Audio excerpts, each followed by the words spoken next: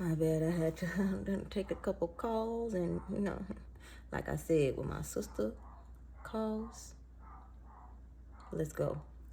Um, but yeah, so went in there to greet my Big Daddy Paul, and he was just laying in the bed, and was like, "Hey, baby, how was school? We just talking and stuff like that." And I'm like, "Big Daddy Paul, what's wrong?" He was like, "Oh, baby, I'm just not feeling good, but I'll be back in no time." Like, that's the type of person he was. Like, nothing could ever get this man down. Like, he was always happy. I've never known Big Daddy Paul to have a bad day. Like, never seen him get angry. Never seen him just not be this big strong. Like, he was like 7 feet tall, big man. He was in the military, and he was just an upstanding citizen, an upstanding man. He helped everybody. He was loved everywhere, and he loved my grandma. Like, literally loved her dirty draws, for real. But so yeah, so they told us that he had been diagnosed with prostate cancer, and once again, I'm 13. I don't really know what prostate. I don't even know what a prostate is, like, and I'm 13. But I'm just like, okay, it doesn't sound bad, but it's just like it was. Now, my Big Daddy Paul, he loved whiskey. He did smoke cigarettes and things like that.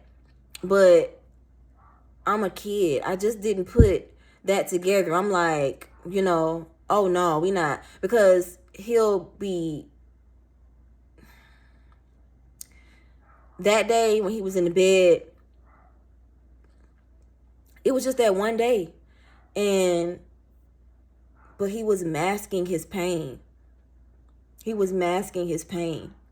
But he was not going to let us see. He was not going to let us know that he was hurting. And that's what our family tends to do. Like, we tend to, put on that brave face. Like, we're going to fight anything. We're going to keep moving. We don't know how to stop. We only know how to keep moving. So when I tell you my family is resilient, my family is invincible in the spirit when it comes to life getting to us and throwing us curveballs and fucking shit, Jackie Robinson in our asses every time, like pitch after pitch after pitch. We don't stop. So time goes on, he's back to Big Daddy Paul and things like that. And I know it's like, while we were at school and things like that, he would literally, like, I remember my grandma telling me, like, he would really try to pull himself together and feel the pain and do all of that. He would literally try to get all of that shit out of his system before we got home from school, because he never wanted the home to feel, like dark cloud. He never wanted his pain to be poured into us, because he knows how much we've suffered.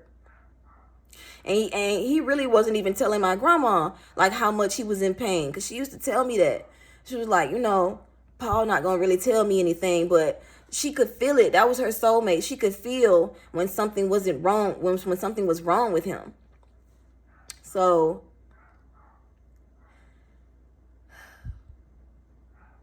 like I said, my little cousin, she was like our sister. So clearly, if we with my grandma, she's living there too. Me and her shared a room. My sister, got, my mom's old room and my uncle's old room. Like, she was in the back. Me and my cousin, we shared a room with our twin beds and, and things like that. And my grandma and my Big Daddy Paul's room was in the front. Now, normally, like, I'm in the 8th grade, so yeah, I have friends. Like, I would literally, like, go to my friend's house, like, every weekend and, spend the night over there and do things like that. But it was a weekday. No, actually, it was a Sunday. I want to say it was a Sunday, because we weren't in school. I had been home all day, and it's so crazy because, like I said, normally on the weekends, oh, I'm catching out. I'm going to my friend's house. I'm in Ellsmead, or I'm in, I'm somewhere where my friends are, because I had a lot of friends, because I went to McKee Junior High. So I had a lot of friends that stayed off Woodley Road, and I would be like, there was a neighborhood called Ellesmead, and like literally all of my best friends stayed in Ellesmead. Like they were literally like around the corners from each other. So if I ain't at this friend house, I'm around the corner. Like we all saw each other like almost every weekend. But this weekend, I didn't go anywhere. I didn't want to go anywhere, which is another thing. Like when I tell you God. But my sister, she had went out with her friends, and then my cousin, she went and hung out with her mom, because she would go and spend time with her brothers and sisters and things like that. And once again, it was just weird that day. It was really weird that day. So my sister leaves, my cousin leaves, and it's just me and my grandma at the house. And, Big Daddy Paul had been acting weird all day. Like, he wasn't singing. He wasn't doing his crossword. He was outside. He literally stayed outside, like, the entire day. Like, he'll like, come in to just, like, use the bathroom. And then he'll go right back outside. He was literally outside the entire day. And I pick up on things, because I'm just like, Grandma, like, what's wrong with Big Daddy Paul? Like, why he outside all day? Like, he ain't been laughing or nothing like that. And she was like, he just needs to clear his head, baby. He just needs to clear his head. And then, I would hear her, like, go outside, because my grandma had a screen door. I hate Alabama. It's just gnats everywhere. Like, whatever. But she would go outside to check on him, because my grandma, there was a screen door, and then there was the main wooden door. So the main wooden door would stay open, and we would have the screen door, but we could lock it. So I would just hear, I would be in my room, or I'd be in the den watching TV, having concerts, singing my ass off, doing something. Like I'm either watching a Disney movie or something like that, or I'm literally having concerts in the den and shit like that, listening to music, or in my room or something like that. Because it's just crazy that weekend. I didn't want to go nowhere. Like, I just wanted to. I'm that child. I was that grandchild or that child. Like, I'm clingy. Like, I don't want to. I'm staying. I'm gonna stay home. Like, I want to stay with grandma. I want to stay with Big Daddy Paul. So that's what I did, and I didn't have anywhere to go that weekend.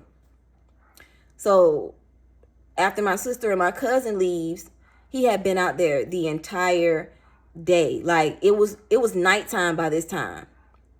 And my grandma cooked.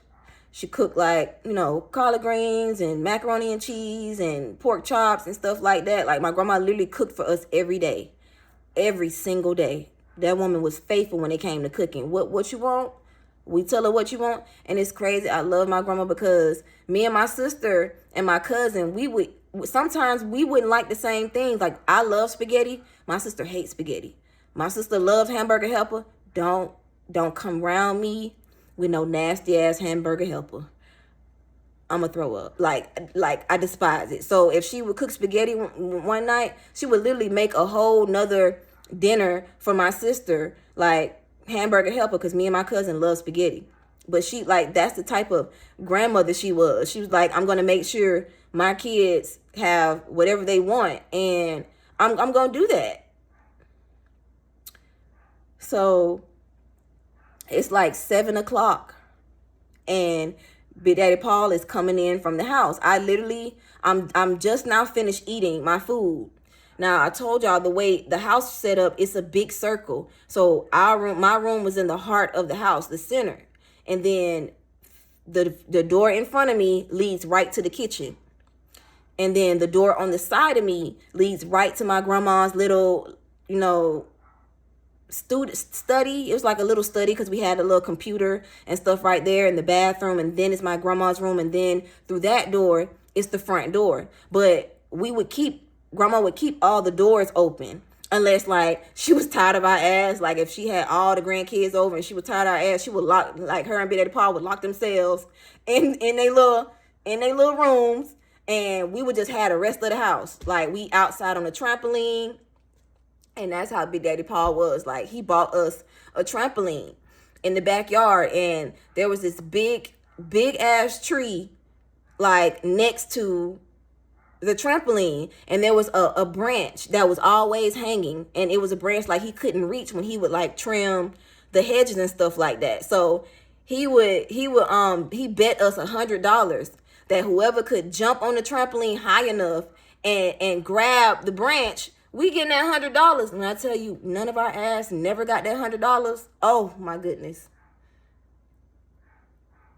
I wanted that hundo real bad. Like we all did. We used to popcorn each other. Like we was like, okay, we gonna split it. And we all just jump on that, like, but we could never reach it. Like, and I feel like that was my Big Daddy Paul telling us, reach for the motherfucking stars. Like, don't give up. Like, because we literally would try every day to reach that branch. Like, anyway, that's just a little story, but so I'm literally finishing eating, and then I'm literally going to go dump my plate into and I'm putting my plate in the trash and cleaning my plate off and stuff like that, because my grandma ain't play that. Clean up behind yourself and whatnot, and, you know, clear off your plate, put it in the sink, and I'll get it later.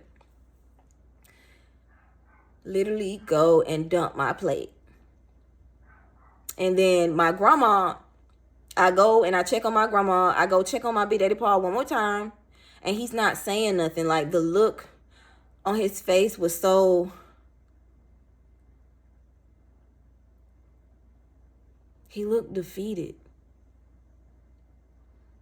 He looked defeated. So I go and I check on my grandma, and my grandma is on the phone with one of her best friends, laughing, you know, carrying on, you know, just talking her homegirl stuff.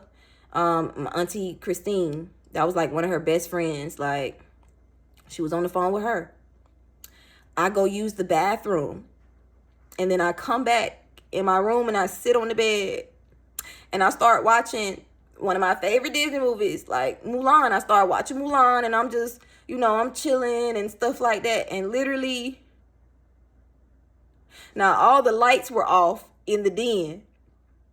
I mean, in the living room.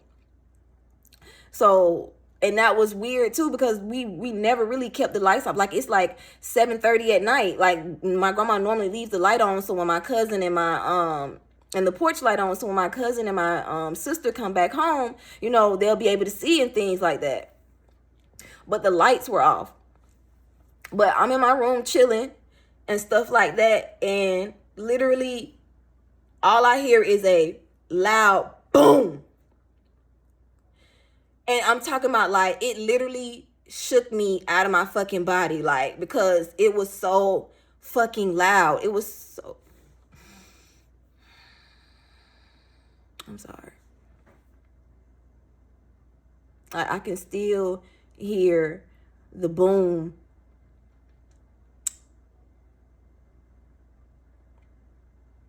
So I'm literally like scared. I'm like, what was that noise? So I literally run and I go outside where I go outside my room, and I run to my grandma's room, and my grandma, like, she literally drops the phone, and I'm just like, Grandma, what is that? And she's like, baby, I don't know. And then she starts screaming my grandpa's name, my Big Daddy Paul's name. She's like, Paul, like, and we're like, it's dark. We didn't know the lights were off. So she's like, Paul, and we're heading to the living room up front, and all you hear is him moaning, like, like he's moaning. So we're like, okay, well, maybe he fell or something like that. So when she cuts the light on, all you see is him sitting on our couch, and all you see is him lean back on the couch, and all you see is blood gushing out of his chest.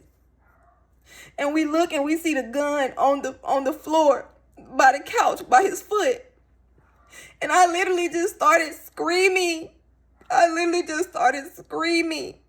So loud. Like, that's the loudest I've ever screamed in my life. Because why would he do that? And then, when I tell you my grandma is strong, I've never heard my grandma, like, writhe in pain. Like, I've never heard her writhe in pain like that. And all I keep hearing is is her saying, Paul, why would you do that? Like, why would you do that? Why would you do that? That's all she kept saying. Why would you do that? And I'm literally just shaking. Like, I don't know what to do. So I immediately get the phone and I call 911. And I can barely get the words out. But I'm telling him, like, please hurry up. Like, my grandpa shot himself. Like, he literally shot himself. And I'm the only one at the house with my grandma. I don't know why God chose me. I don't know why me, because normally I'm not even at the house on the weekends. But that weekend, I was there, the only one. And I'm literally crying. I'm dry heaving. I can't even get the words out of my mouth, but I was finally able to get the word. And my grandma is still crying. I'm talking about, I've never heard my grandma cry like this. I've never heard her cry like this, and the blood was just coming out of his chest, So she's trying to, like, stop the blood. She's holding on to his chest, and he's just laying there, like, he's just laying there looking at her crying, saying, I'm sorry. And she just keeps saying, like, why would you do that? Why would you do that? I know my grandma's heart just broke. I'm talking about just broke in two.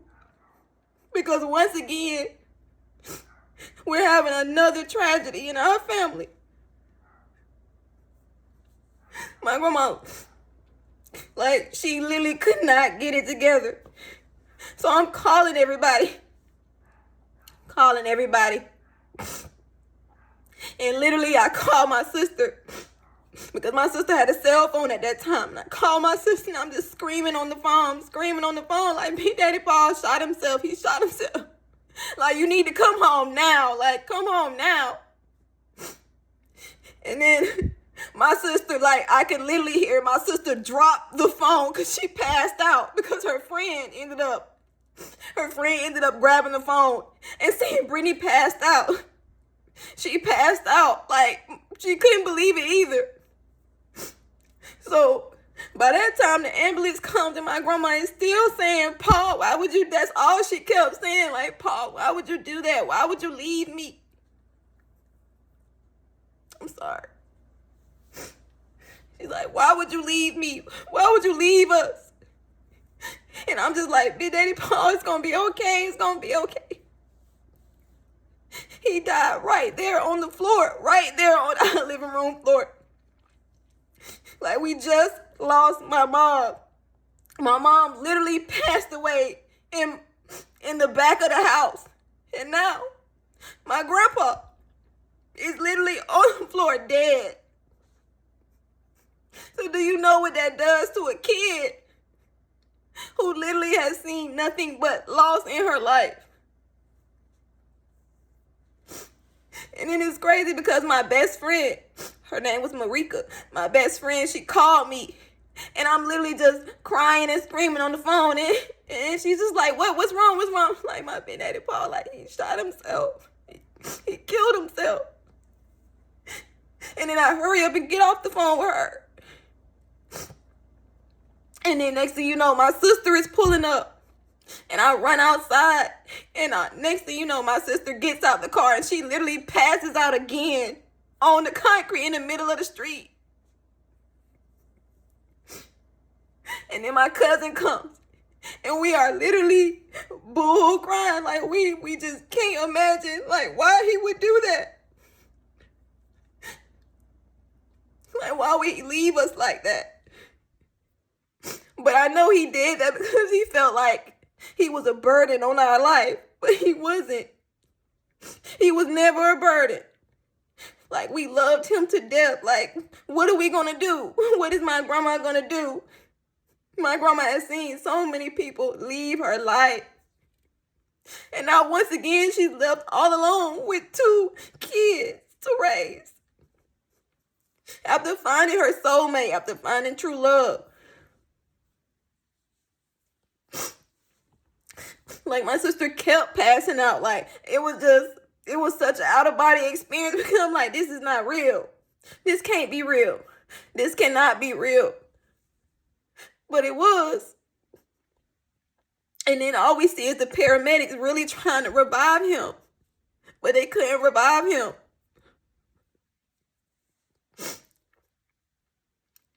So my uncle and them come. We literally are.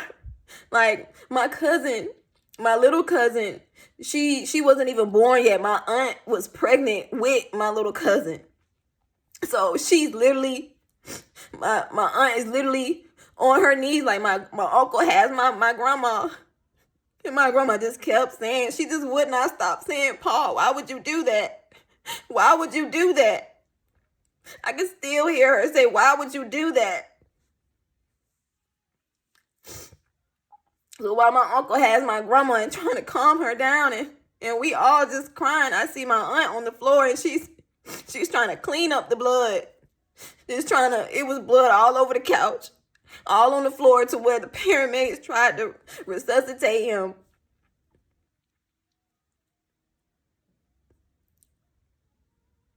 And that was a very hard day because he thought he was a burden to us. He thought he was hindering us. And I don't know why he would think that, but he's in pain. He has cancer. So the cancer was even more worse than what he was making it seem like.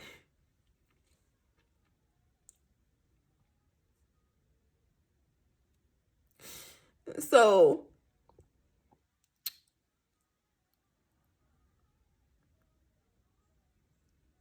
I don't know why things happen. I don't know why,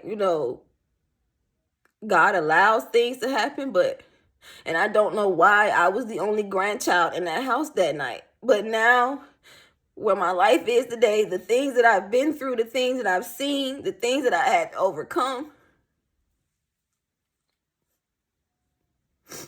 I still can't answer that question.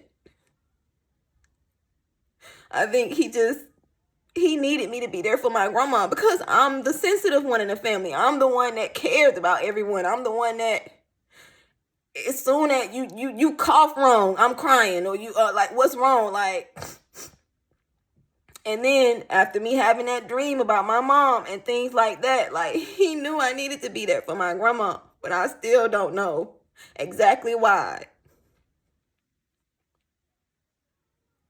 But God does things that you can't explain.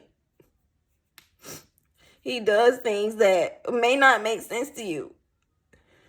And I don't care what nobody say. My Big Daddy Paul was a man of God. He was a blessing. So I don't care what anybody fucking says. I know he's in heaven. I don't give a fuck what anybody says. Square up if you got a problem with it.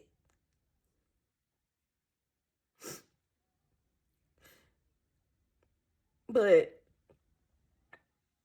like I said, we can't explain why things happen to us in our life. But our life couldn't stop. But once again, my grandma had to do what she had to do. She had to plan another funeral. She had to literally mask her feelings and show up for her husband. The husband that she thought she was going to have for the remaining of her life. And I know that literally broke her. It changed her. I'm not going to say for the worst, but when you've been through so fucking much, it's like, when will it end? But my grandma is a soldier. My grandma is tough. My grandma is not going to let you know everything what's going on with her because she knew she had 2 kids to take care of. So when I tell you me and my sister feel like orphans, and when I tell you that me and my sister have been through so much, but we still are genuine. We still are pure hearts. We still have hope that none of this was in vain.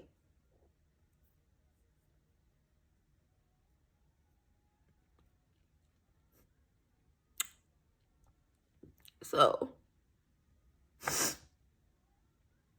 and my grandma wore her last name like a badge of honor. Like, really. And she literally loved that man to this day. She literally talked about him all the time. Literally. And she would just cry out of nowhere. When I say I really never heard my grandma cry, she would just cry out of nowhere. She would close herself up in her room sometimes and just cry. And I would come in there and I would hug her and sit with her, and she would lay in the bed. She would lay on his spot because they both slept weird. Like they both sleep like they in coffins. Like we used to joke with them about that. Like, why y'all sleeping like they're so scared? Like, why y'all sleeping like vampires? Like, but yeah. So we never know like how long we're gonna be with our soulmates, our true love, and things like that. But my grandma was able to find that. Now she didn't know that, it would happen like that, like it would end in tragedy, but she would still talk about him up until the day. The dementia started getting to her. Still had all his pictures. We still have his military picture, his flag, everything.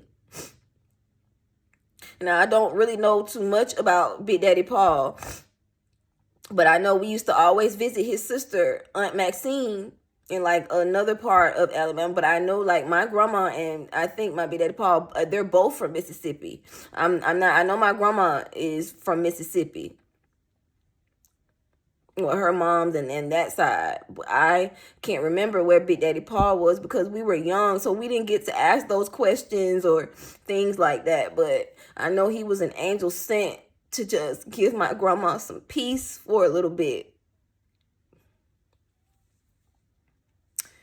But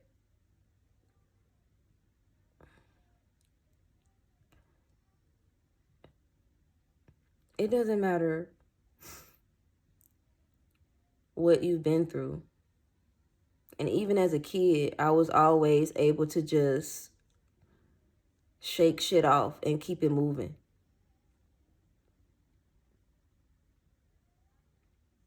But I still hold a lot of that shit in my heart.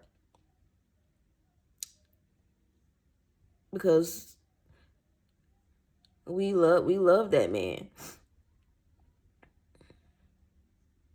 And I'm going to get that tombstone for my grandparents one day. And I know they're watching over me, watching over us, our family. And yeah.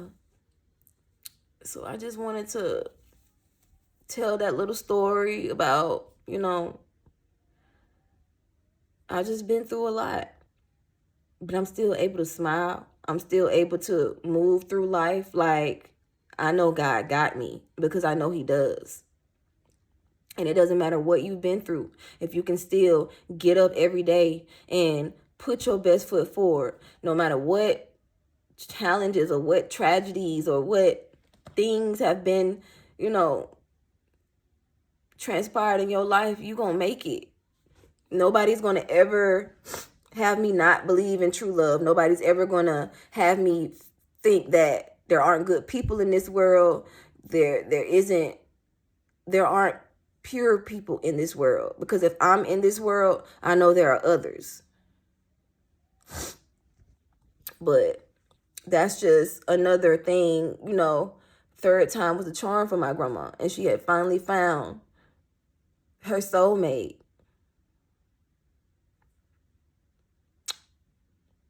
But thank you for listening to my story.